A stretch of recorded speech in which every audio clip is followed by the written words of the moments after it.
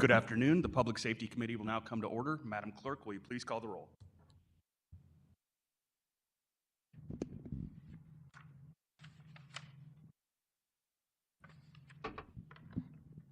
Alderman Narayan, Here. Alderwoman Clark Hubbard, Alderwoman Sanier,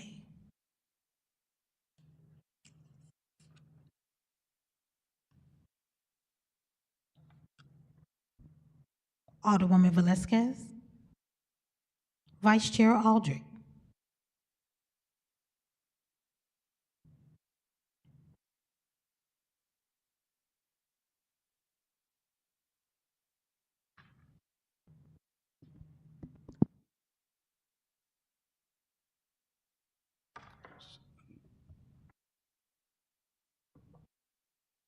Let me text them real quick.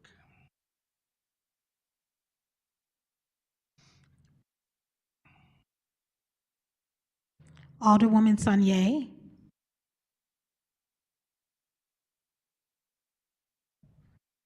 Alderman Aldrich, Chair Narayan. Here. We have 3 present. All right. Yep. Alderman Oldenburg just indicated that he could not hear us. And here. Okay. So he is here. So that, So Alderman Oldenburg, yeah. Gotcha now. I'm here. So now we have at least 4 present, which gives us quorum. So at this time, it's only 3. we That's have Oldenburg, Clark Hubbard, Chair Narayan, Velasquez is not here, Sanier and Sonia is Aldrich. on. Sonia is on, right? Alderwoman Sanier, Yes, I'm here. Okay. Vice Chair Aldrich. 4 aye votes. All right. With that, I'll entertain a motion to approve the minutes from Thursday, October 16th, 2025. I'll second that. You made the motion and you moved? Alderwoman Clark Hubbard made the motion. I seconded it. Alderman Oldenburg, Aye. Alderwoman Clark Hubbard, Alderwoman Velasquez, Alderwoman Sanier, Aye. Vice Chair Aldrich, Chair Narayan, Aye. Alderwoman Velasquez, Vice Chair Aldrich, 4 aye votes. All right. With that, we've approved the minutes of Thursday, October 2nd, 2025. We don't have any board bills for review in front of us. We do have a committee discussion, the Prop S funds. We have the Office of Violence Prevention here to give a presentation on the programming. So please proceed at your convenience. Good afternoon. My name is Brett Delaria. I am Public Information Officer for the Office of Violence Prevention. Before we begin today, I do want to take a moment to introduce our new Commissioner for the Violence Prevention, Commissioner Marvin Tier, who began with us on November 3rd. I'll have Commissioner Tier offer a few words. Don't have a lot to say. Many of you I know, so sort of like, sorry about that. New procedures for me. Many of you I know. It's both a privilege and a pleasure to be here, and I look forward to meeting with each of you at your earliest opportunities just to introduce myself and to see whatever concerns or cares that you would. With that, I'm going to turn it over to Brett, and again, I'm really excited to be here. Thank you.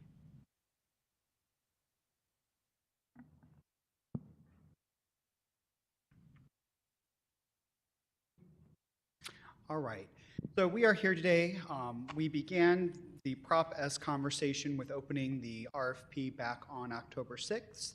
And on November 6th, the RFP closed, and we began to do the review and have discussions. So today we're here just to represent our findings regarding the review of the applications that were submitted, along with some recommendations, to allow a conversation with the Public Safety Committee before next week, I believe, is when we have scheduled that you'll actually make votes upon actual definitive grants that are going to be made.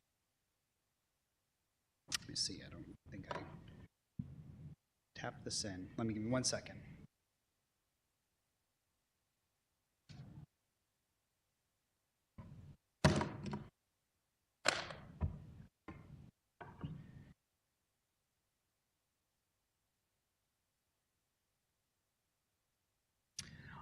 All right, so today the Prop S is, as it stands, is that we're looking to seek organizations that are doing crime prevention programs among youth, specifically ages 11 to 24.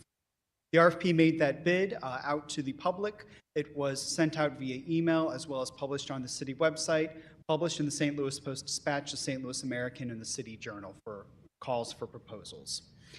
What we're looking for in the proposals, we're looking for programs that were held within the city limits of City of St. Louis, really focusing around centering equity for Black and Brown communities. The second qualification we were looking for is that we were looking for experience in programming in a specific specialty area, including public safety intervention, summer or after-school programming, recreational programming, violence interruption, mentorship, therapeutic services, social supports, or community engagement. And finally, we're looking for demonstration of close links to health, mental health, vocational and educational opportunities, as well as services for participant referrals.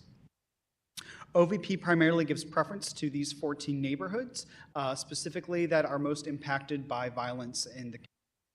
Not all was it required for every proposal to be focused in these neighborhoods, but preference was given to ones that focused in Dutchtown, Wells Goodfellow, Hamilton Heights, Walnut Park, Columbus Square, Carr Square, Peabody, LaSalle, O'Fallon, Penrose, Fountain Park, College Hill, and Bayton. With those specialty areas, we're looking for experience in academic instruction, academic supports, health and wellness, social, arts and culture, post-secondary success, transportation for youth to programming, and other innovative ideas. It should be noted that there are 5 areas that the proposals were ranked on, as it was outlined in the RFP. First being the record of successful delivery, rated at a 20% rate. Second, evidence of applying equity-centered lens, ranked at a 20% rate. Description of proposed programming, ranked at a 40% rate. And data collection, ranked at 10%. And finally, budget and fiscal management at 10%. Awards were allowed to be up to $100,000. They are for a term of 1 year for the 26-2027 year. Overall, there were 62 proposals that were received. Of those 62 proposals, a little over $15 million was requested. The budget available this year for Prop S is $890,426. So upon the review by the reviewers of this, there were 9 proposals that were recommended based upon the weighted percentage of those 5 categories that I mentioned. The categories were scored on a scale of 1 to 5, with 5 being successful demonstration and 1 being needs improvement.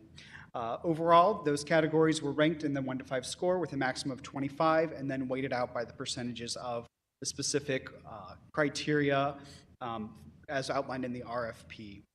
Overall, this will award $881,302 with a roughly a little less than $10,000 remaining in the budget. 53 proposals altogether were not recommended, not because of the nature of their character, but because there was not enough financing to fund the full $15 million of request. I do want to note that the RFP closed on November 6th. On November 7th, the applications were shared with reviewers as well as with the Public Safety Committee. Based on the weighted scale and the scoring, the following organizations were recommended for funding: Communities First, Mission St. Louis Beyond Schools, Chad's Coalition for Mental Health, Harambee Youth Training, Boys and Girls Club, The Doctor's Touch, Heal Center for the Arts, William & Associates, Criminal Justice Ministry. With that, there was a request for each organization. Communities First had requested $100,000. Mission St. Louis had a request of $100,000. Chad's had a request of a $100,000 budget. Harambee Youth Training had an $83,000 budget request. Boys and Girls Club asked for $100,000. Doctor's Touch asked for $100,000. Heal Center asked for $99,500. William & Associates, $100,000, and Criminal Justice Ministry, $98,707.20. Of these organizations that are recommended, there are 4 organizations that have had prior funding from Prop S dating back to 2023. Of that, 2 organizations have received funding prior in 2023 and 2024. The only organization, there's one organization that received funding in the 2025 cycle. Other than that, all organizations are new to the request. Overall, for these proposals, there was a strength in solid goals and objectives, demonstration of a high return on investment, meaning high impact in areas that most need it. They were innovative and unique programs in their specific categories. Youth were involved in the creation and development of the programs that are being proposed. Partnerships and collaborations allowed for expanded reach and impact on neighborhoods and youth that are engaged.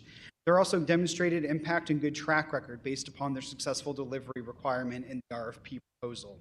The focus on targeted neighborhoods was also highlighted, and they also had good evaluation measures of outputs, inputs, and outcomes were all demonstrated. With that, I'll yield if there are any questions that I can provide. I do want to let you know that the individual in our office who was in charge of overseeing the program took on a different opportunity, so I'm standing here today with as best information as I can to provide to you, and I'm happy to go back and get any information that I'm not able to speak to today for you. Thank you. Thank you for that. At this point, I'll just go through the committee and see if anyone has any questions. Alderman Oldenburg. No questions, Chairman. Thank you. Alderwoman Clark Hubbard. I'm looking through, thank you, Mr. Chairman. I'm looking through my things to see, did we get write-ups on these organizations or any background on these I organizations? just sent something over. Oh, okay. So Brett, I'm sorry. Not you, Brett.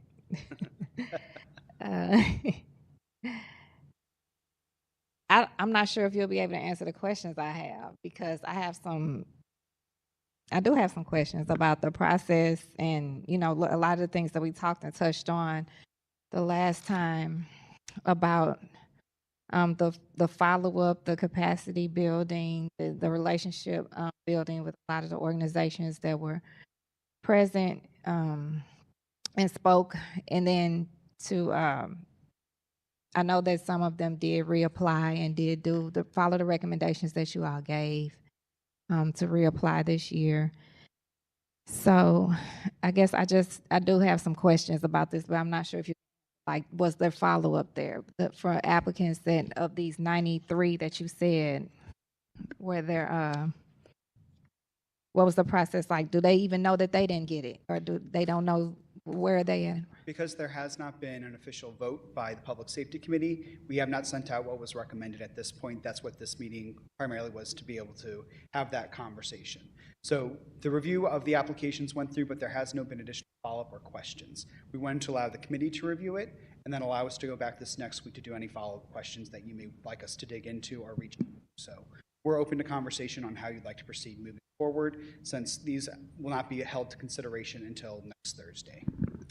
So since they won't be held to consideration until next Thursday, and you're saying there likely has been no follow-up with the organizations in any kind of follow-up from what I'm hearing, like for instance, if an application just was missing something and needed something. So with that, we safeguarded missing pieces of the application this year by doing an online form with all required fields.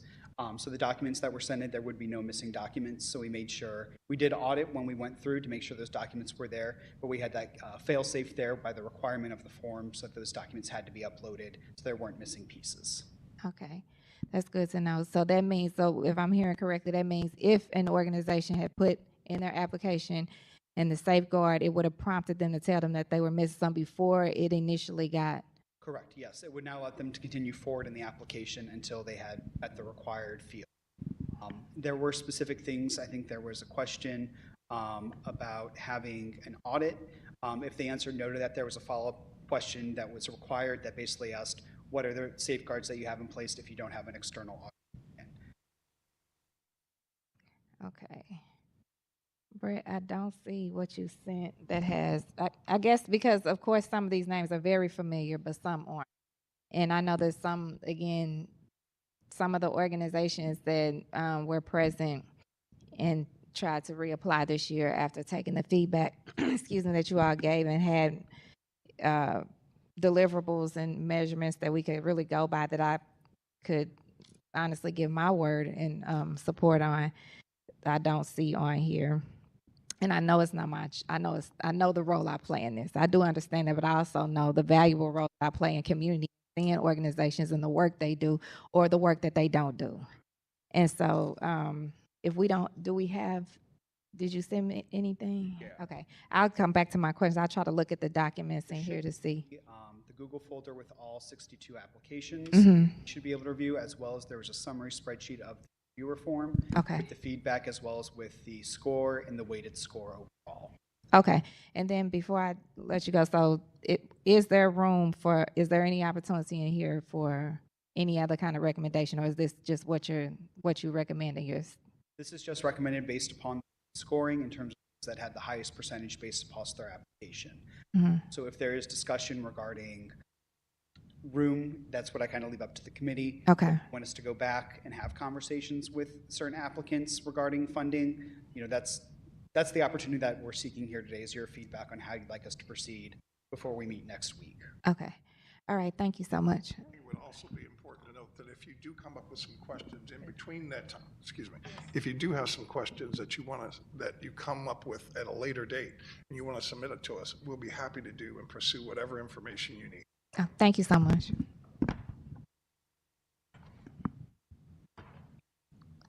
Alderwoman Saunier.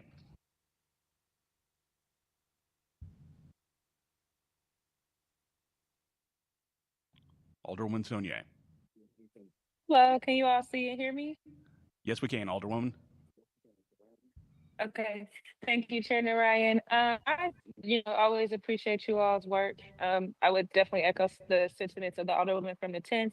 My first question is just that I didn't see Gravois Park listed as a neighborhood. Did I miss that? Is the list not fully correct? Because I know usually that's a part of these conversations and is one of the priority neighborhoods, and I didn't see that listed. I did not, so when the presentation was created for me, I guess that detail was not included, but I'm happy to go back this afternoon and let you know what neighborhoods the recommended proposals were targeting. As that was part of the RFP and the question, we just did not delineate out on those recommended which neighborhoods they were operating in, but I'm happy to provide that information. Okay, yeah, I definitely would appreciate that information. And then if for any reason Gravois Park neighborhood is not in there, that definitely needs to be a larger conversation about redoing that RFP.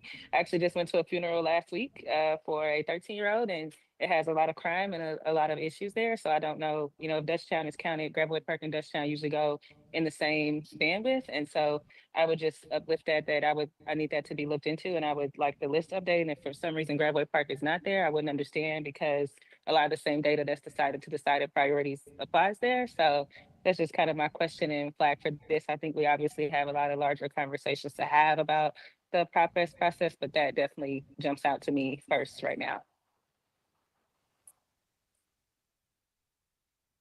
Do you have anything further, Alderwoman? No, thank you. All right. So I really don't have anything for you as far as questions go. I've been through this I'm process. sorry, Mr. Narayan. Is your mic on? Because I'm barely. Yeah, the light's green at least. It's not. Try the next one.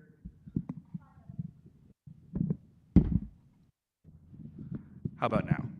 Okay. So yes, thank you for the presentation. I've been through this process. I guess this will be the 6th time. And I'm a pretty big proponent of the idea that we should listen to experts on this. You guys have done your research on it, and I'm happy to move forward with your recommendations. Of course, the committee will have to come back next week with any specific questions, but hopefully we'll all have a week to noodle it over and figure it all out next week. Absolutely, and we appreciate any feedback on the process. So once this round has been determined, we'd welcome the opportunity to sit down to discuss what next year would look like to address any concerns that the committee may have, or to review, I think it's been a couple years since we've used this process to review with you, is this the best operational efficiency moving forward, or how we can tweak the process to meet any concerns or needs? Absolutely. Did you have something, Alderwoman? Yeah, thank you, Mr. Chairman. I just wanted to just piggyback off something that was said, and I hope that it wasn't taken this way. It was no question on anybody's expertise. Yes. It's just about people that spend time in their community and see what happens in their community every day and know the real impact and the impetus and the spirit and the mission of this funding and what it can do when it's in the right hands. And so for me, I just want to make sure that we uplift that. I know some of the things I'm looking through here, some of the negative scores don't have to do with the work. It has to do with administrative things. So again, I know that, again, I don't want this conversation to change, especially with comments that have been made. I'm not stepping out of my role here. I just have a passion for this violence prevention in my community that I see, that I'm in every day, and lived experiences speak for the fact that I want to advocate to make sure that we make the most out of this funding. So with that though, I'm in position to make sure that we move it forward. Thank you for that, Alderwoman, and certainly my comment was not meant as any slight. So with that, do we have public comment today, Madam Clerk? Yes, we do.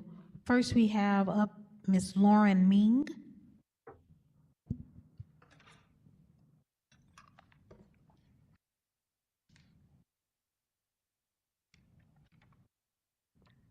Good Could you, afternoon. could you state your name and Oh, yes. the ward that you live in, please?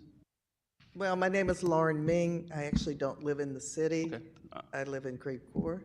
I'm president of the Archway, Missouri chapter of the Links Incorporated, and we did submit a proposal for grant funding. So I thank you for allowing me to speak on that, although I saw we weren't on the list. We are seeking funding on behalf of our enrichment programs at Marion Middle School. But I want to tell you first a little bit about our organization. The Links Incorporated is a volunteer service organization with over 17,000 members in 299 chapters around the country. Also, the United Kingdom and the Commonwealth of the Bahamas. We are one of the nation's oldest and largest volunteer service organizations of extraordinary women committed to enriching, sustaining, and ensuring the culture and economic survival of African Americans and other persons of African ancestry. Our chapter, the Archway, Missouri chapter, has been serving the St. Louis community for over 30 years. Our 55 members log over 3,000 service hours annually. We deliver programs that focus on education, particularly STEAM education to middle school students at Marion Middle School and Jennings Junior High School, as well as scholarships to college students. We conduct initiatives that address health disparities in the African American community, kidney disease, heart disease, prostate cancer, and breast cancer, to name a few. We promote African American arts and culture with programs for children and adults across all forms of art. We provide voter education, registration, and advocacy events. We support communities in Africa and other parts of the African diaspora with partners in Ghana, and in St. Louis, we focus on African immigrants and students. We support economic mobility for women. Last month, in partnership with Rung for Women, we hosted an economic empowerment summit, offering workshops on careers, career strategies, health and wellness, and are developing a mentoring program for women. So we do all that, but what we're specifically asking for was our program at Marion Middle School. We've been pouring into the girls at Marion Middle School for 10 years now with a vision to develop future leaders and global citizens by expanding their awareness, education, and exposure to STEAM fields and broadening their worldview to enable them to achieve their full potential. Our outreach has included mentorship, career exploration, and career readiness through our Speed Linking program, HBCU awareness, hands-on STEAM programming, a NSBE Junior chapter. NSBE is the National Society of Black Engineers. which that meets monthly. We include enrichment activities at the St. Louis Art Museum, the Missouri History Museum, and other cultural institutions in the area. We have leveraged our relationships to develop unique and impactful programming for the girls at Marion Middle School. These activities have a proven track record of enrichment and engagement for the girls and serve to prepare them for the next phase of their educational journey. We believe that if they can see it, they can be it, and representation matters. So much of this effort is a volunteer effort by our members who represent many professional fields. However, we do need some financial support. This grant, if offered, would help fund the existing programs that we offer and enhance and extend them to include expanded career and college exploration through exposure to local subject matter experts in STEAM careers, as well as exposure to local BIPOC artists, exhibits, film, dance, or theater. We seek funding for honoraria for external subject matter experts, transportation to local cultural institutions, and supplies for STEAM programming. We are excited to work with the girls and families at Marion Middle School and would appreciate your approval of this funding request to help us continue and expand our programming. Thank you. Thank you. Next, we have, I believe this is Anne Louise Schmidt.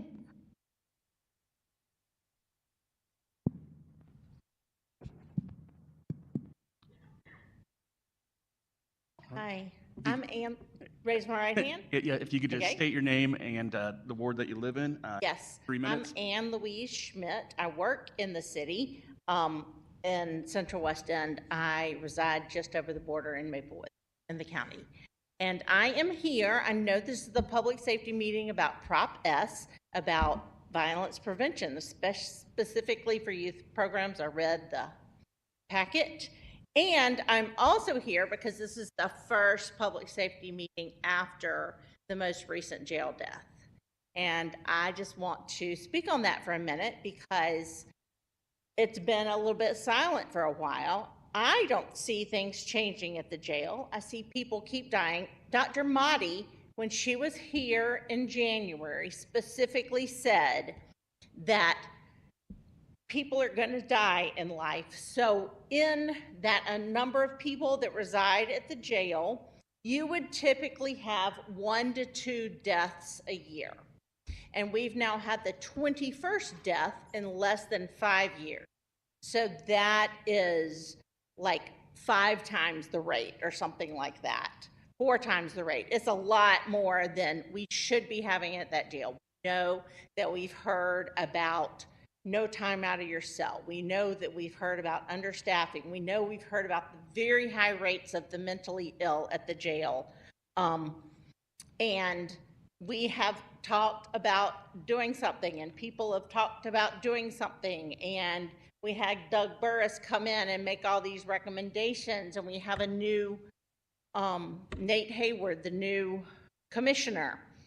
But things aren't changing at the jail. And I feel like that you guys have power in this area. Y'all and the mayor and the commissioner, those are some of the people who have power. I also feel like I didn't say this, but I work for the Freedom Community Center and I coordinate the Court Watch program. So I'm in court all the time, about once a week, but I'm looking at court data really all the time. And I hear about the conditions from the inmates, and I see the judges say, please give this person their life-saving medicine. And then that person comes back a week later and they haven't had their life-saving medicine, and they're again begging the judge before whatever happens. And then we've heard about people who die from diabetes, and I'm about to run out of time, but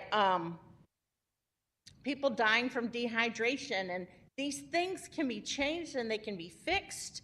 Really, it just makes me go back to, I don't understand how locking human beings in a cage benefits society. I think that there are so much better ways to deal with those kind of things. And I would like to encourage us to think about that again. Thank you. Thank you. Thank you, Ms. Schmidt. Next, we have Samantha Hayes.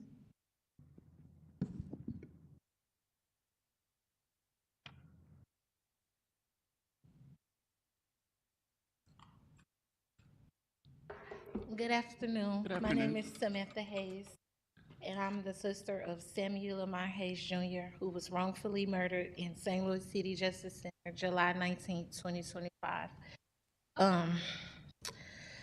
Today, I stand here with the pain that no family should ever have to carry. My brother was wrongfully murdered, and it's just really an unbearable pain. And I don't think that no family should have to endure this pain. And St. Louis should not have to be burying his 22nd murder inside that. Everything about it is just, I feel like it's a violation from the city. It's no support, no compassion.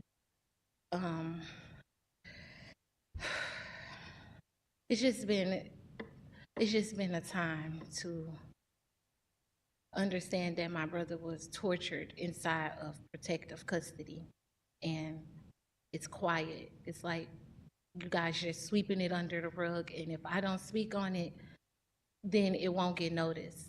And me and my family, we demand transparency, we demand support, and we also demand justice for Samuel Lamar Hayes.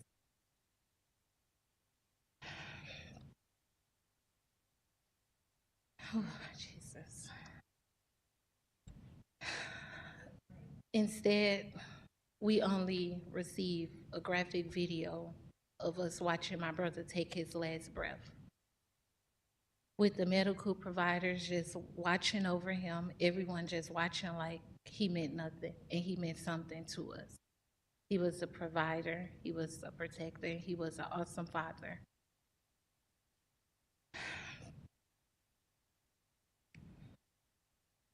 I just feel that the Dale is a death trap, and no one in office really care.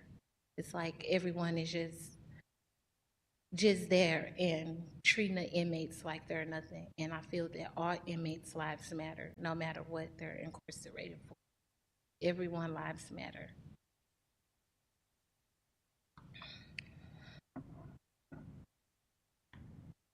Okay, I'm gonna just leave it brief, and I'm gonna just leave it at that. But my family and I, we demand justice. We demand transparency. And we feel that something should be done.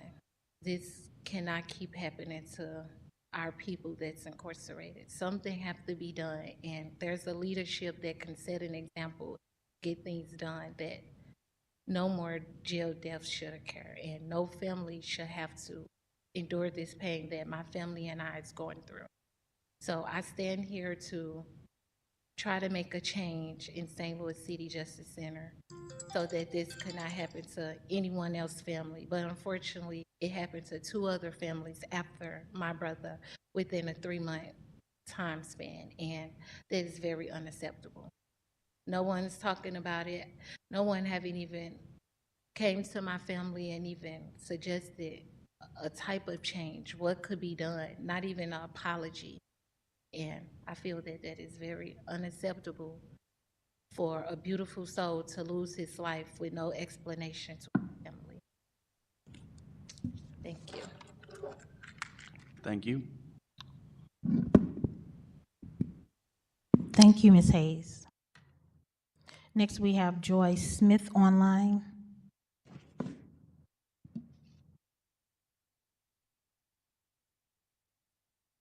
Hi. Hi. Hi, my name is Joy Smith, and I have the organization Believe It Youth Organization. I'm just coming to tell you a little bit about our organization and what we are doing now. We have started partnership with some of the schools here, especially Roosevelt High School, and what we're teaching our young people is how to get out here in our community and give back to our community. Our new cohort has started We have students that are in our barber program, that are in our sewing program, and also in our lawn care program. Our lawn care program is going throughout the neighborhoods of Dutchtown, and we're going into the alleys where they're not upkept. And these young people are going out here and they are maintaining these alleys.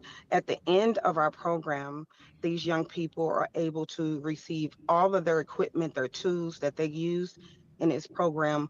Those things are given to them. And not only are those things given to them, they are actually given a stipend at the end of the program also. And we also help them create their own LLC so that they can become a business of their own.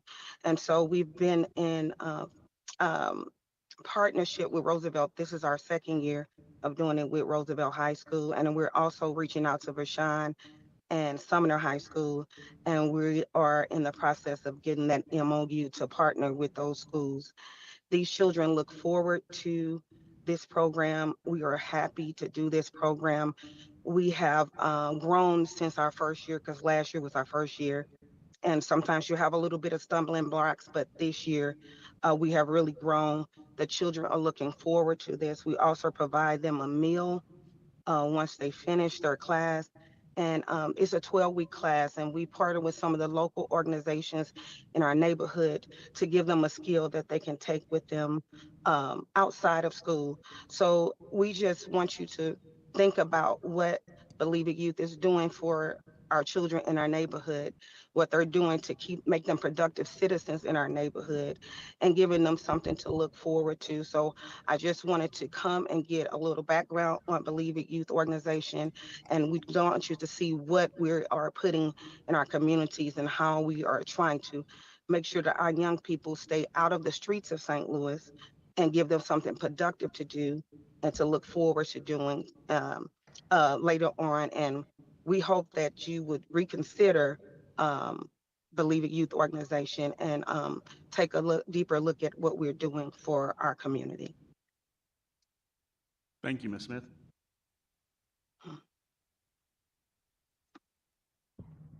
That will be all. All right.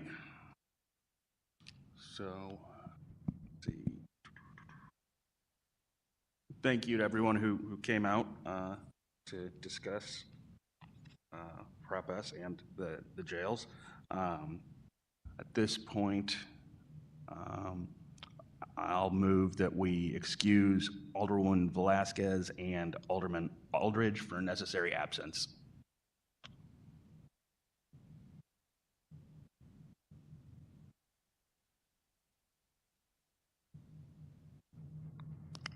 Ms. Sanye, are you there, or Oldenburg to give second? Second. All right, it's been moved and second. Madam Clerk, Second. please call the roll.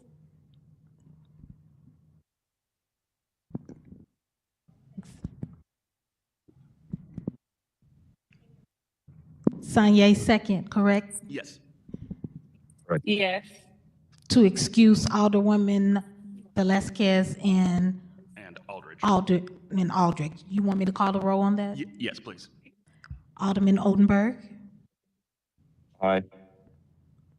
Alderwoman Clark Hubbard, Alderwoman Sanye, Aye. Chair Narayan. Aye. So with that, we've excused the Alderwoman, and I move that we adjourn. Second. Previous row. There's been a request for previous No roll. Hearing no objection. objection, we stand adjourned.